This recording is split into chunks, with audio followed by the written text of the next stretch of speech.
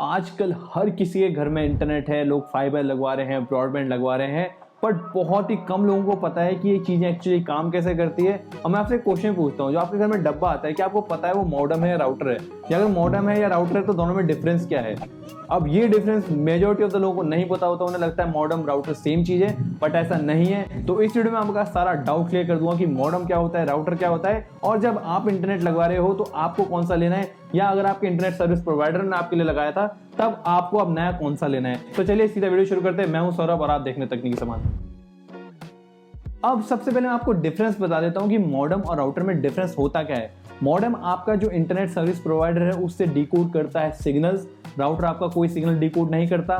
आपका modem directly internet से connected होता है, आपका राउटर डायरेक्टली इंटरनेट से कनेक्ट नहीं होता। और मॉडेम कोई रिस्पॉन्सिबल नहीं होता आपका लोकल नेटवर्क बनाने के लिए या वाईफाई बनाने के लिए, और राउटर डायरेक्टली रिस्पॉन्सिबल होता है आपका लोकल नेटवर्क और वाईफाई बनाने के लिए। और जो इनका जो बेसिक डिफरेंस है वो ये होता है कि जो आपका राउटर है ना वो बिना मॉडेम के नहीं चलेगा, जबकि आपका मॉडेम बिना राउटर के चल सकता है। आप इंटरनेट का मजा ले सकते हो लैन केबल यूज करके। अब यहाँ पे जो सबसे इंपॉर्टेंट क्वेश्चन आता है वो है कि क्या मॉडेम वाईफाई प्रोवाइड कर सकता है? तो इसका सिंपल जो एक आंसर होता है वो है नहीं। मॉडर्न की कैपेबिलिटी नहीं होती कि वो आपका एक वाईफाई नेटवर्क बना सके, अब चाहे वो हार्डवेयर कैपेबिलिटी हो या सॉफ्टवेयर कैपेबिलिटी। बट अब आप लोग बोलोगे कि यार मेरे पास तो एक ही डब्बा है, मेरा आता है इंटरनेट फाइबर वगैरह से मेरा आता है और उसी से वाईफाई भी बनता है। तो सेम हमारे पास भी है, ये है जीपॉन ईपॉन का ONT राउटर, और ये भी वही है। ये आपका यहाँ पे आपका फाइबर कनेक्शन लगता है और ये मेरा वाईफाई बनाता है और ये मेरा लैन कनेक्शन भी बनाता है। बट इसके अंदर दो सेपरेट बेस हैं, एक है मॉडेम का, एक है राउटर का।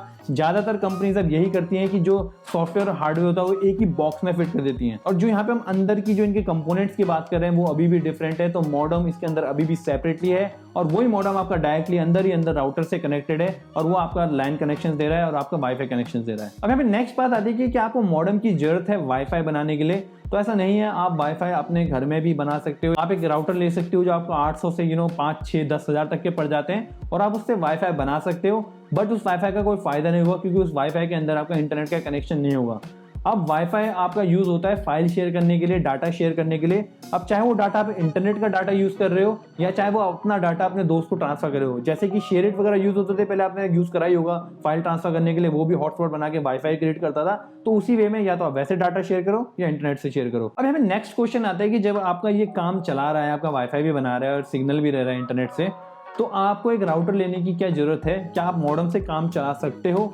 तो उसका आंसर है कि चला तो सकते हो आप। आपका बेसिक जो काम होता है इंटरनेट का, आपका वाईफाई बनाना, आपका लैन कनेक्शन देना, वो ये काम अच्छे से कर देगा। ये टिपिकली आपको सस्ता भी पड़ेगा कि अगर आप एक मॉडेम अलग से लगवा रहे हो इंटरनेट वालों से, फिर आप एक राउटर ले लो, उससे भी सस्ता पड़ेगा।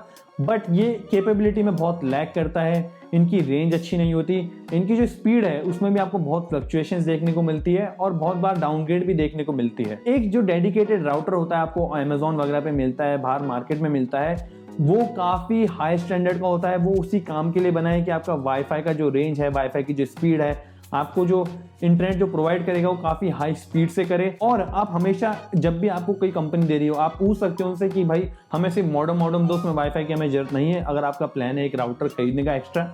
बट अगर आपको कंपनी मिक्स दे रही है तो आप उसे यूज़ करो 1 महीना 2 महीना, बढ़िया लगा तो आपको अपग्रेड करने की भी जरूरत नहीं है, क्योंकि आपके इंटरनेट की यूजेज डिफरेंट हो सकती है किसी और से। और अगर आपको पसंद नहीं आया तो आप कभी भी थर्ड पार्टी का एक राउटर मार्केट से जाके ले सकते हो।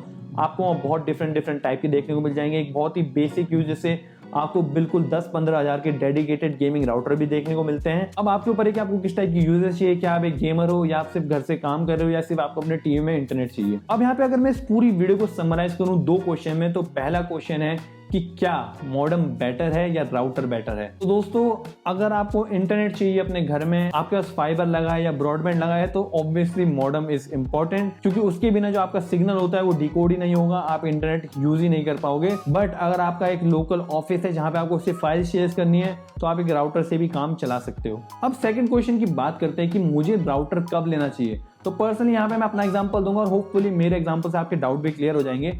तो जो मेरा अभी कनेक्शन है वो है BSNL का 60 Mbps का कनेक्शन है, और जो मुझे इन्होंने मॉडेम/राउटर दिया है ये सिंगल बैंड राउटर है। तो अगर आपको 100 Mbps से ऊपर का प्लान लगवाना है तभी आप डुअल बैंड राउटर लेना। तो मेरे यूजेस के हिसाब से अभी मुझे राउटर की जरूरत नहीं है।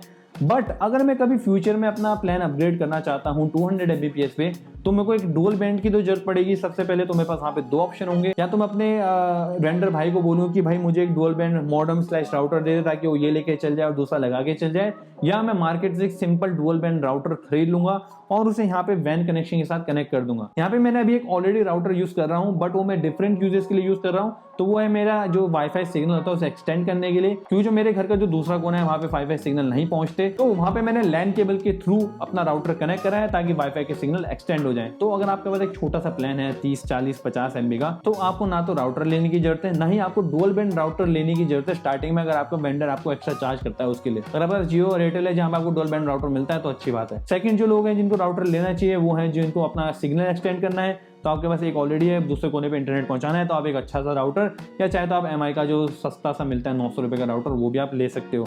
और जो तीसरे लोग हैं जिन्हें राउटर की सबसे ज्यादा जरूरत पड़ती है एक्स्ट्रा, वो है गेमर्स, जहां पे आप 10-15 हज़ार तक के राउटर ले सकते हो, 10-10, 12-12, 15-15 एंटीना वाले, क्योंकि उन्हें बहुत ही हाई इंटरनेट स्पीड की जरूरत होती है और उनके प्लान भी 1-1 Gbps के होते हैं, ताकि उन्हें इतना सा भी ड्रॉप देखने का ना मिले अपने गेमिंग में, सब उनका मस्त चले, कोई पिंग ना आए। तो अगर आपकी वो यूजेज है तो डेफिनेटली वो कंसिडर करना, कभी भी इस पे रिलायबल नहीं होना, नहीं तो आप गेमिंग में आगे नहीं बढ़ पाओगे आगे।